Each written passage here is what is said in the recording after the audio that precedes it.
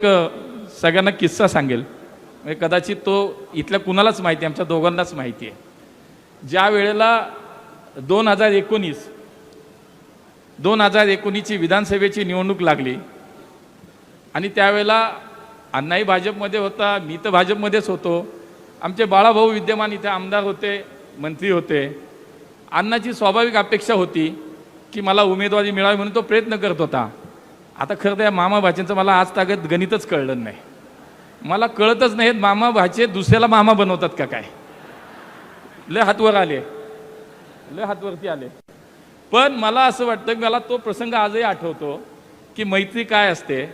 आणि जसं त्याला कळलं अण्णांना की बाबा आपलं तिकीट होत नाही आणि त्यांनी राष्ट्रवादी काँग्रेस पार्टीमध्ये प्रवेश केला आणि त्याची उमेदवारी जाहीर झाली आणि त्याची उमेदवारी जाहीर झालेला पहिला फोन मला माहीत नाही, त्यांनी मला केला की माझं तिकीट कट झालं तर मला राष्ट्रवादीने दिलं, तुझंही तिकीट कट झालं आहे, चंद्रकांत दादा आलेत, आता तू माझ्याबरोबर चल.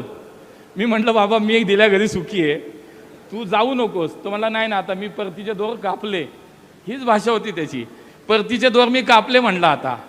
आता त्यानंतर तो तिकडे गेला, तो त्या पक्षात गेला, त्याचं भलं झालं. मी माझ्या पक्षात राहिलो, माझंही भलं झालं.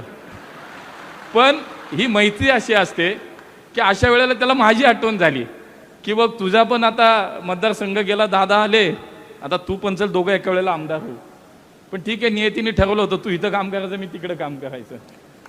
मला हा सगळा प्रवास आम्ही खूप सर्वसामान्य कार्यकर्ते आहोत, एक प्रतिकूल काळातनं एक सर्वसामान्य शेतकरी कुटुंबातून आलेले आम्ही सगळे आहोत. त्यामुळे सगळं काम करत असताना जनता जनार्दनाचा आशीर्वाद हा आमच्यासाठी खूप मोलाचा असतो. आणि म्हणून आम्ही सगळेच लोकप्रतिनिधी म्हणून जेव्हा काम करतो तेव्हा माझी ही प्रामाणिक भावना आहे की ते तुमच्या आशीर्वादाशिवाय हे